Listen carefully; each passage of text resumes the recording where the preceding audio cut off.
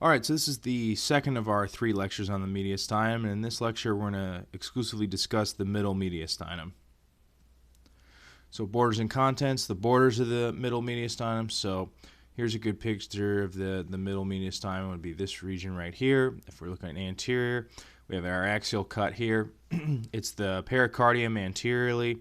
So the pericardium is that, 3-layer sac that encases the heart.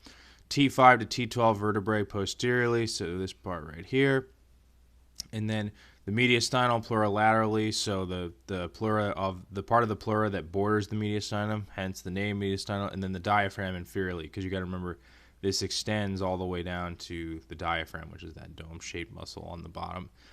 It's continuous with the superior mediastinum at the level of the sternal angle, so we draw our level of our sternal angle here, going up here, continuous with the superior mediastinum.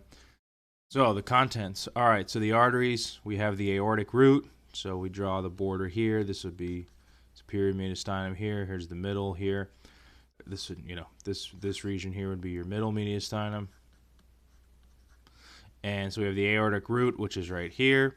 You have the right coronary artery, which comes off, which is right here. Then you have the left coronary artery, which comes off behind the pulmonary trunk here and then comes out onto the anterior lateral surface of the heart. The pulmonary trunk and arteries, so that's this part right here. Here's the pulmonary trunk, and then it goes off into the right pulmonary artery and the left pulmonary artery. Then you have the pericardial-phrenic arteries, which these are arteries that if we find the left phrenic nerve here and then the right phrenic nerve over here, so these are arteries that actually travel with the phrenic nerve. So, and you can even see this in dissection. If you dissect out the phrenic nerve, you can oftentimes find this small artery traveling with it, which is the pericardiophrenic artery. So the veins, you have the SVC, so the superior vena cava shown here, the inferior vena cava shown here, and then you have the pulmonary veins, which are not shown here because they kind of come in at the left atrium, which is sort of in the posterior aspect here. But those are also in the middle mediastinum. The nerves, so you have the vagus nerve. Vagus nerve, comes all the way off the brainstem and then through the neck and then comes down through the superior mediastinum. And then as you see here, it continues down into the middle mediastinum. Then you have the recurrent laryngeal nerves, which are, branches that come off of, as you can see here, here's the left recurrent laryngeal nerve, and it wraps around the aorta and then goes up through the, or more so the posterior aspect, it ascends back up into the neck. The right vagus nerve comes down here, and then just under the subclavian here, you can see the right recurrent laryngeal nerve actually branches off more superior than it does off the left. It branches off just below the subclavian and then ascends back up through it. In fact, you can see it labeled here: recurrent nerve, recurrent laryngeal. You can see the little small stump here going up. You have the phrenic nerve, which again is this. Here's the left phrenic nerve here coming down. And then you have the cardiac and pulmonary nerves, which should be the autonomic nerve plexus located in this region. Some other structures, you have the right and left primary bronchi. So you have the trachea coming in here, and the bronchi would be branching here behind the aortic arch.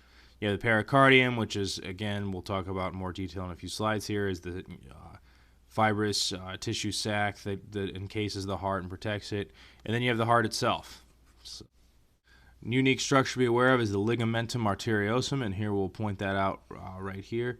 So that's this structure shown here connecting. It's a small ligament, and it connects from the left pulmonary artery. So here's our LPA, left pulmonary artery, and it to the proximal descending aorta. So ascending aorta, aortic root or aortic arch, ascending aorta, aortic arch, and then descending aorta here. And you can see here it attaches on to the descending aorta. And in the adult, this is just a connective tissue ligament that's connecting the two. In fact, you can see the recurrent laryngeal goes just underneath it. So it's a non-functional vestige of the ductus arteriosus. And in utero, the lungs are not really active. The blood flow is actually more so shunted around the lungs because the baby isn't breathing in air in the womb, and so it's more relying on oxygenated blood coming from the mother. And so when blood's coming through into the right, comes up the IVC here and into the right side of the heart, instead of going, it gets pumped out through the pulmonary trunk and pulmonary artery. Instead of going out to the lungs, what you're doing here is because the vascular resistance within the lungs in utero is very, very high. So it's in an effort to shunt blood. This is one way blood gets shunted directly into the systemic because it's already oxygenated. It's the mother's oxygenated blood coming in here, and then it comes up through the right side, through the pulmonary trunk. And then one way is it goes through the ductus arteriosus directly into the aorta so it can get pumped to the rest of the body. The aortic root is shown here, and it's what begins at the aortic valve or the aortic valve annulus in the left ventricle. So the aortic valve is what regulates blood flow from the left ventricle into the aorta. We'll talk much more about that in the heart lectures. And so it actually, after the root, it continues as the ascending aorta here and then into the aortic arch, which is in the superior mediastinum.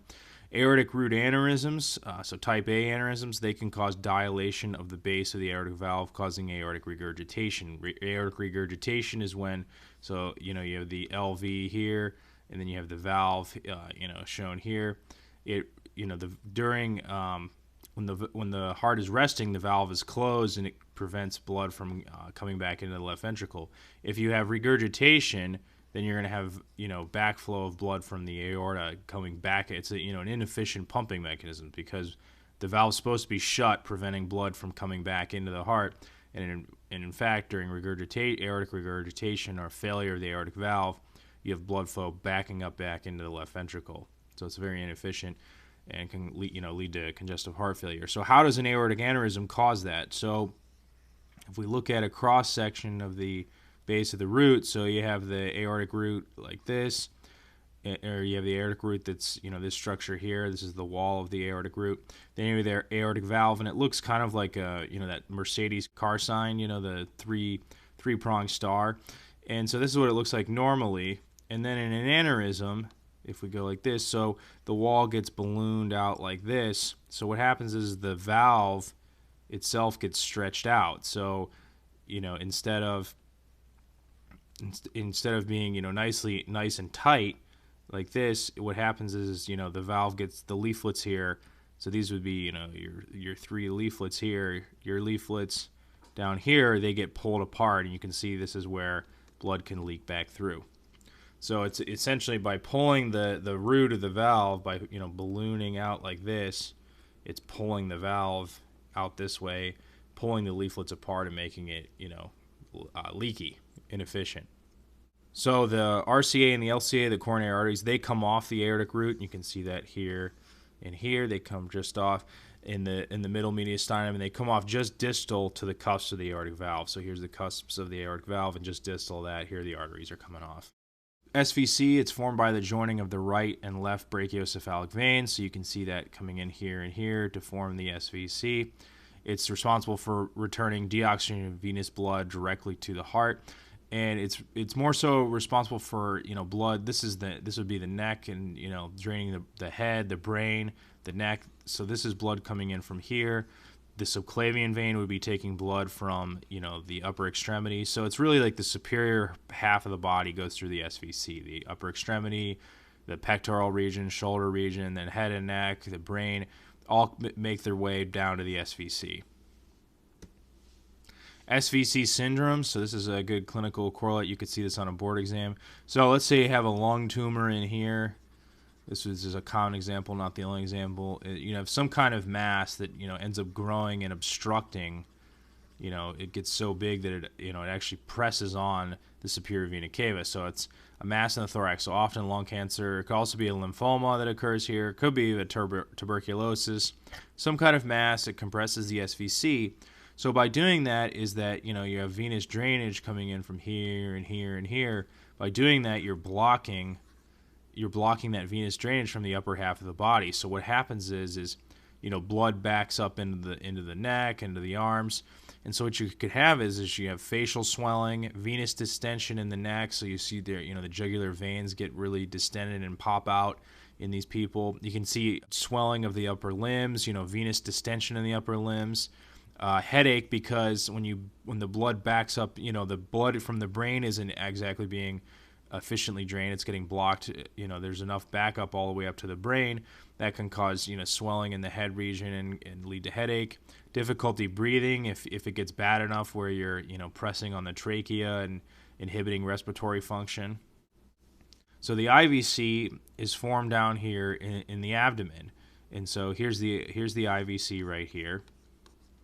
And it's formed down by here by the joining of the common iliac veins in the abdomen. So that's, you have your left common iliac vein here, your right common iliac, and these are a continuation of the femoral veins and so on, which are in the lower extremities. So these are draining, the lower limbs, and then as you can see, the IVC comes up here. You have the renal veins, which drain the kidneys, and you have veins that, are coming in from the abdomen. So the inferior vena cava is responsible for, draining the lower limbs, the pelvis, the abdomen, the lower half of the body. And then it also comes up, it returns deoxygenated blood directly to the heart. So the SVC and the IVC, they both carry deoxygenated blood directly to the heart. That's their main job. And they both, here's the SVC, here's the IVC, they both empty into the right atrium, which is this part cut away here of the heart. So the right atrium is the, receiving chamber of deoxygenated blood from the entire systemic circulation. So you have the recurrent laryngeal nerves. There's a right and a left, and they branch off the right and left vagus nerves respectively.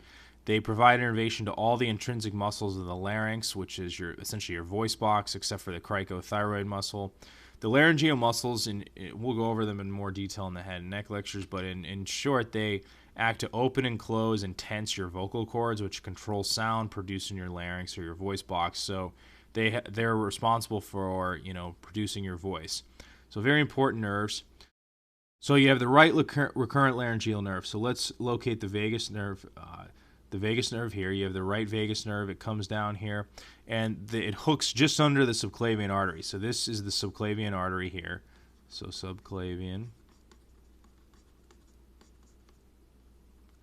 And you can see it here where it actually hooks. It comes off. Here's the right vagus, and then it hooks off and goes, just posterior to here, and then here it's coming out, they even label it for us, recurrent nerve here. Then it ascends, it continues up this way, and it ascends superiorly adjacent to, the trachea here, the esophagus just beneath here, or just posterior to here, and then it reaches the structures that it innervates in the neck up here. And then this is another great picture of it here, where this is, a posterior view down here because you have the esophagus, here's the trachea here. Here's the right vagus coming down here, and then you can see that right recurrent laryngeal nerve branching off here. And it's labeled very nicely here. The left recurrent laryngeal nerve, like we said earlier, it branches off more inferior than it does on the right. So you have your left vagus nerve coming down here, so it comes down over the arch. And then you can see it right here. Here's your left recurrent laryngeal nerve, LN. And it curves around that ligamentum arteriosum, which is right here. So here's that ligamentum connecting the left pulmonary artery to the descending aorta, and you can see the nerve coming off the left vagus and then descending below that ligament. And then it wraps around the aorta, and then it ascends superiorly between the trachea and the esophagus. And you can actually have a very nice look at that here. Here's the left recurrent nerve. Here's a posterior view. Again, trachea in front, esophagus behind it. Here's that left vagus nerve coming down. Here's the aortic arch. And then you can see that recurrent laryngeal nerve swing around the aorta and come up here and ascend this way, just adjacent to the esophagus and the trachea. So what's important here is the recurrent laryngeal nerves, since they innervate the voice box, is that, if you have trauma to those nerves, either, whenever you're doing surgery, either in the thorax region or the neck region, you can be tugging on those nerves if you're moving structures around. You always want to be aware you don't want to nick them or cut them, because if you have any trauma, if there's also tumors, lung tumors, head and neck tumors can grow into these nerves. And then obviously surgery, they can damage the recurrent laryngeal nerves. And so what happens is that patients will present with hoarse voice. So post-op, if someone's operating here, you want to check for hoarse voice, especially because of the anesthesia. People can have a hoarse voice or not as strong of a voice just in general. But if it's very noticeably hoarse, or if they come up to follow-up clinic, a week or two later and they still have a hoarse voice, then you want to worry about if some kind of damage was done to the recurrent laryngeal nerve during the procedure. Now, what's important to know is if you have total paralysis on both sides, so if you lose the nerve on both sides, both the right and left recurrent laryngeal nerves, you result in loss of voice. So the pericardium, it's a fibroserous sac that envelops the heart and the roots of the great vessels, and you can see that here. It's even labeled for you. Here's the pericardium in gray here, and it just covers the roots of the vessels here. It's analogous to the pleura that envelops the lungs. It's a multiple layer membrane that helps protect the heart just like the lungs. But unlike the pleura, which is only 2 layers, the pericardium is composed of 3 layers. So you have the fibrous pericardium, the serous pericardium, which is 2 layers, parietal layer and visceral layer. This is probably what's most analogous to the pleura. So you have the fibrous pericardium. It's the outermost layer. You can actually see it here. It's in gray here. They've taken the heart out, and this is the fibrous layer, and you can see it kind of surrounding these great vessels here. And it's a dense, fibrous, very tough layer. It's continuous with the adventitia of the great vessels, so you can see that here where it's continuous with all these vessels here. And then it's also continuous with the central tenon of the diaphragm. So here's the diaphragm here, and you can see that it's continuous with the diaphragm here. The parietal layer of the serous pericardium, it's fused with the inner surface of the fibrous pericardium, so there's no potential space. So if you have your fibrous layer, and then you have your parietal layer, and then you have your visceral layer, which is the last layer, these 2 layers are fused. You're not going to be able to pull these apart. There's no space here. Versus the parietal and visceral layer, there is a space. It's called the pericardial space, shown here, between the visceral and parietal layer. So the visceral layer, it encases the outer layer of the heart, which is called the epicardium, which is the connective tissue layer. This is kind of analogous to the tunica adventitia. You remember the 3 layers of a blood vessel. The heart also has 3 layers as well. It has the endocardium, which is the layer that just faces the inner surfaces of the ventricles and the atria, and then you have the myocardium, which is the heart muscle itself, the thick muscle responsible for pumping, and then you have the outer layer, the epicardium, which is what's continuous with this visceral layer. It's also continuous with the roots of the great vessels. In fact, you can see the pericardium here wrapping around the heart like this. It's the double layer. You can see the pericardial space here in between the 2 layers. So the pericardium, it's a cavity, it's a potential space, so it's not like it's always just sitting open, and it's between these 2 layers of the serous pericardium. So the transverse pericardial sinus, you can see it here. It's labeled even for you, transverse sinus here.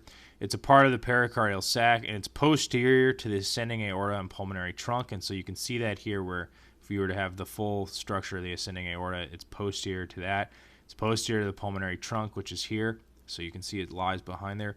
And then it's anterior to the SVC, which is here. So you can see that here. Here's the sinus, anterior to that. So it's really, it's a space between the ascending aorta and pulmonary trunk and the superior vena cava. And then superior to the left atrium and the pulmonary veins. So here's the pulmonary veins, which drain into the left atrium. So here's the left atrium where it would be.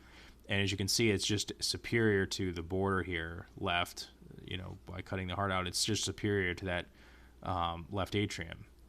And it's surgically significant because this is where cardiac surgeons pass the aortic clamp. So when you do open heart surgery, you put the patient on the heart-lung machine, which is a machine that does the work of the heart and the lungs. It oxygenates it and circulates it through the body so that you can arrest the heart and move it, because the heart's a moving target. And so for surgeons to make it easier on themselves, they stop the heart during bypass surgery or valve surgery or aortic surgery, so that it's much more easy to work on it. So, but to do that, you've got to clamp the aorta. So you got to stick, what they do is they stick a large, surgical clamp across the aorta while they cannulate it, and then they stick the cannula in from the heart-lung machine out here. So the machine's out here, oxygenating the blood, and then it sends the blood back through the cannula into the aorta distal to where you clamped, and then so the blood can go back, into the systemic and the rest of the body. But so anyways, where you put this clamp on, you want to do is use this transverse pericardial sinus, because the posterior aspect of the aorta where you're going to clamp is that's where you're going to stick it through the transverse sinus. So then you have another sinus, which is not as clinically relevant or surgically important, but it's just good to know, and you could get asked about it on an anatomy exam, is the oblique pericardial sinus. So it's actually shown here. It's a part of the pericardial sac. So again, the heart would be sitting in here. It's cut away, and it's posterior to the heart, so it's back in here. and then it's encased by the reflection of the serous pericardium around the right and left pulmonary veins. So you have the right pulmonary veins here, the left, and you can see where it comes around like this and totally encases, and then also encasing, down here into the IVC as well. And so it encases up in here and back around here, around these two veins, and it would just be, just posterior to the heart. So this is where the oblique, kind of where I've outlined in blue in this diagram, this would be the oblique pericardial sinus.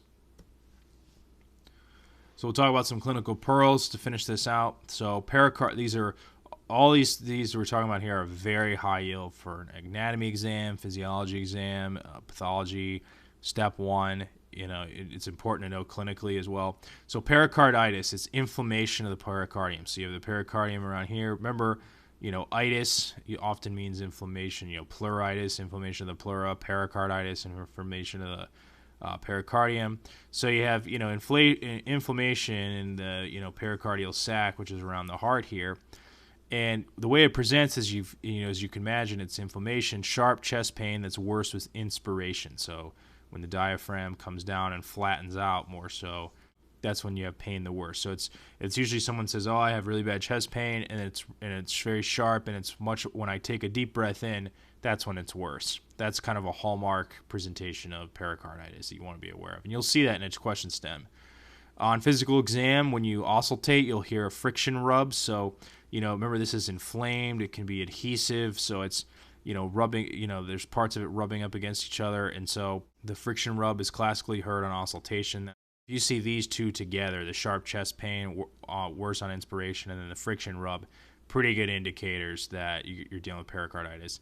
Now, what causes it? So it's inflammation. A lot of things can cause inflammation. So big cause is infection. Viral is the most common. So you'll have the question stem could say something like, oh, someone had an upper respiratory infection, 2 or 3 weeks ago, and then now they present with, and oftentimes it's a younger person, and they kind of try to throw you off, because when you think of heart disease or chest pain, you think of someone who's older, they've smoked for 30 years, they're a disaster, they're an unhealthy older person, and then they try to throw you off with a younger person. So oftentimes, again, this can happen in anybody, but often, just trying to give you a clue on the way some of these tests go, is that it's often a younger person who had a upper respiratory infection. Then they come back 2 weeks later, they get this sharp chest pain, worse on inspiration, friction rub. So that's something to be aware of. It could also be bacterial infections, which even, not limited to, but can include tuberculosis as well, can lead to pericarditis. So you want to be, board exams love asking about tuberculosis. Fortunately, it's not very commonly seen in the hospital anymore, but it's something that they like to ask a lot about. So anything with tuberculosis, as a clinical student, you want to pay attention to, because it's very popular in board exams. There's also pathology that can cause inflammation. So big thing, autoimmune disorders. So lupus, the common culprit. Other some of those like Crest syndrome and those other rheumatoid arthritis. Anyone that's any kind of autoinflammatory disorder. People with cancer can get pericarditis as well. That's something to be aware of as well, especially if it's in the thorax region, but not necessarily. So they can get inflammation of their pericardium. Myocardial infarction. So when you have a heart attack and the body's recovering from that, there's a lot of inflammation in the in this area, in the surface of the heart where the pericardium would be. And then uremia, which would be a patient who's on dialysis, or a patient whose kidneys aren't working properly. They're in kidney failure. And so you have all these toxins that should have been filtered and excreted by the kidneys. Instead, you have all these toxins called and it's called uremia floating around in the blood, and they make their way, the blood goes everywhere, and so it makes its way through the pericardium, and it causes a lot of damage and inflammation. So patients with uremia can also present with pericarditis. Pericardial effusion, similar to, analogous to a pleural effusion in the pleura. What it is it's an abnormal accumulation of fluid in the pericardial space, which is, if you remember, you have your fibrous layer, you have your parietal layer, and then you have your visceral layer. And your fibrous and parietal layer, these are fused, okay? So there's no potential space here. So it's accumulation between this space here, between the parietal and visceral layers, pericardial space. And so what it is just an accumulation of fluid. What that fluid is exactly, it's just a simple definition. There's a lot of different things that can cause this. So the presentation is it can be asymptomatic, or if it's large enough, it can lead to cardiac tamponade, which is where we'll talk about on the next slide. This is, as you can imagine, you're around the heart here. If you have an acute, rise in blood or some kind of fluid buildup in this region, it can compress on the heart and restrict the heart's function, which can be very serious, as you can imagine. So the causes, it's pathology that causes inflammation. So it's similar to pericarditis, autoimmune diseases, uremia, cancer, any disease that leads to systemic inflammation, cancer again, rheumatoid arthritis, lupus, any of these diseases that causes systemic wide inflammation can lead to pericarditis and pericardial effusion. So cardiac tamponade, it's accumulation of a large amount of fluid in the pericardial space. So you have a large buildup of fluid, and the reason why that's significant, as I'm showing here in the diagram, so this would be your pericardial space, this black portion between these two white lines. This buildup of fluid, it compresses the heart, and it results in decreased cardiac output or decreased cardiac function. And so if you're leading to decreased cardiac function, that's never a good thing. And so that's what makes this such a serious presentation. This can kill somebody if it's not caught and treated urgently enough. Presentation, big thing is hypotension. Now, why do they have hypotension? Because if their heart's not pumping enough blood, it's not generating enough pressure, their blood pressure is going to drop because the heart is not functioning as well. It's a function of that. Jugular venous distension. So the heart's not functioning as well, right? So you have these, jugular veins that come down into the neck, and then, they join with the subclavian, and they eventually make their way into the SVC, which then goes into the heart. If the heart isn't functioning as well, this blood that it would be receiving from the jugular veins and the SVC is not. There's a backup, because there's a backup of fluid, because since the heart's not working as properly, it's inefficient. There's blood that's building up, pressure that's building up, and so blood gets backlogged or backflow up into the veins, and then they distend. So jugular venous distension, and then muffled heart sounds on auscultation. So when you stick your stethoscope here and you're listening, on the surface of the chest, if you have a bunch of fluid around the heart, it's more, you're basically listening for sound waves. It's more distance. This fluid has created more distance for sound waves to come to travel to reach your stethoscope, and so it can muffle the heart sound. So muffled heart sounds would be the third thing. So what causes cardiac tamponade? Now tamponade, it doesn't mean it's just blood. It can be serous fluid. From inflammation. It can be blood.